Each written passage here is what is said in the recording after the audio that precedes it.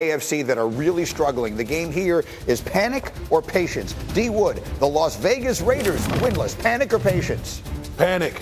I'm panic. Listen, when you talk about the Raiders, a couple things here. Number one, they don't know how to finish games.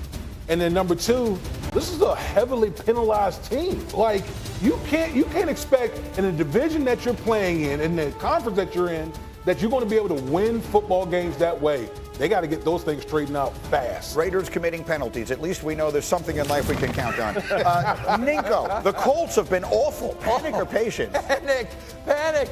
I'm panicked. Listen, what happened to the Colts?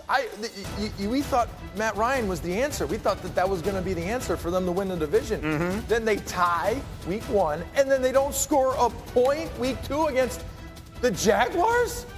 Panic. I'm panicked. Yes. I'm in Indiana. I'm panicked. If he's the answer, I don't want to know what the question was. Bart, Cincinnati Bengals, panic or patience? Panic. Listen, they invested heavily in that offensive line, and they are still getting pressure on Joe Burrow at a record pace. 13 sacks already. He's burping the baby a little bit too much. A little bit of stat is on him. He's a victim of his own success. When you go to the Super Bowl, you get the attentions of defensive coordinators. And they have figured out the Da Vinci Code of how to stop Macaulay Culkin. He's home alone, Greeny. He does look a little like him. Anyway, here's the good news. We actually asked Joe Burrow the same question, panic or patience. Here's what he said. Everyone is frustrated, but like I said, we're not panicking. 2 games in, we got 15 games left. So I'll just take a deep breath and relax. We're going to be fine. We're not worried about it. Okay. That's the right thing for him to say in front of everybody up there. He knows how to play that game. Then we get on the field and there have been troubles. Diana, what are you hearing? Yeah, so I got this game on Sunday at MetLife Stadium, actually, right? So you got this 0-2 Bengals team, which we see the quarterback getting hit at record numbers. If this continues, he's going to get sacked over 100 times by the end of the season. So they're going to make some changes. They got to add to the run game. That's where you're really going to start to see a little bit of a difference. Look, you don't have to be an expert to know that Joe Burrow's got to get the ball out a little bit faster. But it's going to be interesting to see if they're going to use tight ends and running backs in the protection here to give some relief there, because guys, we know they've got 4 different offensive linemen that are starting this year, and they're still trying to figure it out, and we're just watching it with our own eyes, and they're going up against this Jets defense that they are going to want to eat on Sunday against them, and I can tell you they've got a game plan in place ready to take advantage of it. All right, we will see how they do. But, Bart, you and I are about to do something. We're going to go a little bit next level here, because it is all well and good for everyone to watch these games and say, oh, Joe Burrow's getting sacked a lot. Obviously, the offensive line is playing badly. Well, hold everything. There's actually more to the story. If you look at the win rate of the blocking, if you look at how the offensive line are actually performing, it's basically average. It's exactly the same as Patrick Mahomes' offensive line is performing. Mahomes has been sacked once. Burrow has been sacked 13 times. Bart, some of this is on the quarterback himself. A lot of this is on the quarterback. I mean, I think he's trying to go to the well too often. He's trying to get the big play. He's featuring Jamar Chase too much, right? We saw in that graphic that Jamar Chase has 25 targets and everybody else has 63. You have to understand, when you go to the Super Bowl, they watch the film about how you got defended in the Super Bowl, especially when you lose. They're playing cover 2. So, Diana, you're spot on when you talk about it has to be Hayden Hurst and it has to be Mixon. That's where the offense has to go, because they're stopping you with a 7-man box.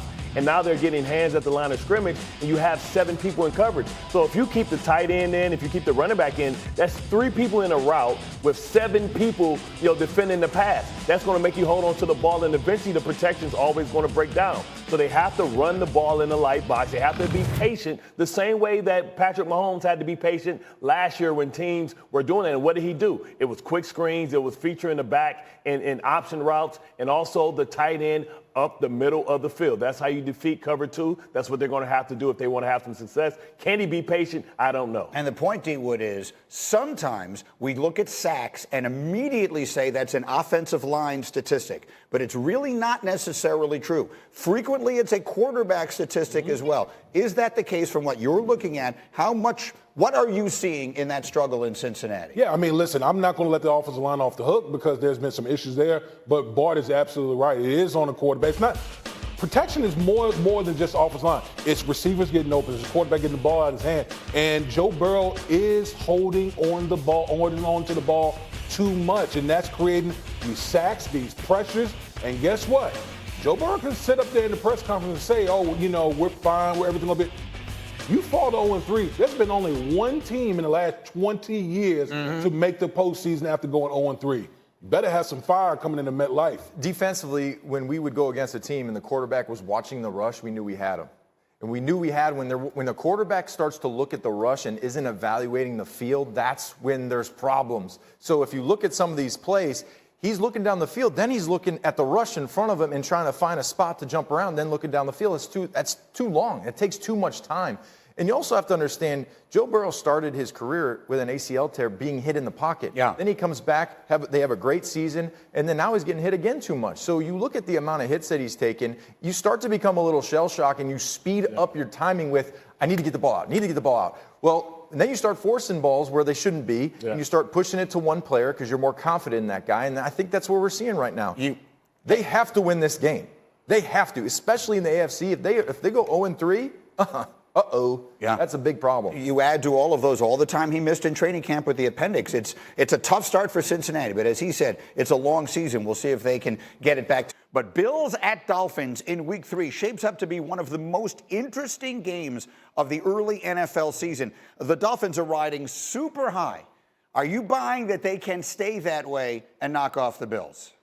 No, I think the Bills are clearly the best team in the National Football League. Josh Allen is like playing out of his mind. The rapport he has with Stephon Diggs, this offense is clicking on all cylinders. And then on the defensive side of football, like bringing over Von Miller has just opened up like everything for everyone. There's a lot of guys getting one-on-one matchups, and they're creating havoc. So, listen, I love what Miami's doing. They're a high-flying team. They're very exciting. But man, that's Goliath they're going against in Buffalo. All right, so I want to take everyone behind the scenes a little bit. As we were in a break, Ninko and Bart, you guys were talking about, yes, Miami had the huge explosive plays, and give them credit. But that was a lot about what the defense didn't do. And Ninko, I know you're going to show us what you mean. Yeah, they just let the fastest receiver in the NFL run straight down the field, Tyreek Hill. Nobody touched him. They were backpedaling. Tyreek is at a full sprint, and you're backpedaling. Let me show you right here. This is what you don't do. This is football 101 on defense. You don't just start a slow backpedal. Let Tyreek Hill run straight through the middle of your defense. Nobody's behind him. Nobody is there. So guess what? What does the quarterback do? Let me just throw the ball as far as I can. Let the fastest receiver in the NFL run for a touchdown untouched. Like, just look at this. Okay, let me show you another one. Let's just let him run down the field.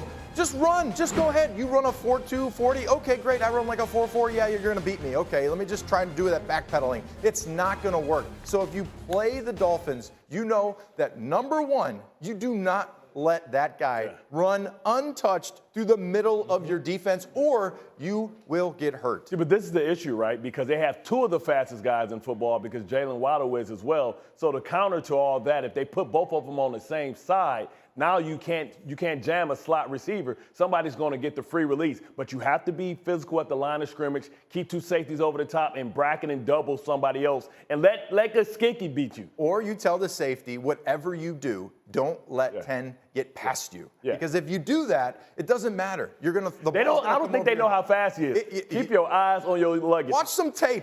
He's pretty fast. I asked Dominique when he was in here the other day, our cornerback, I said, how would you handle that? He said, anything 20 yards and in you can have.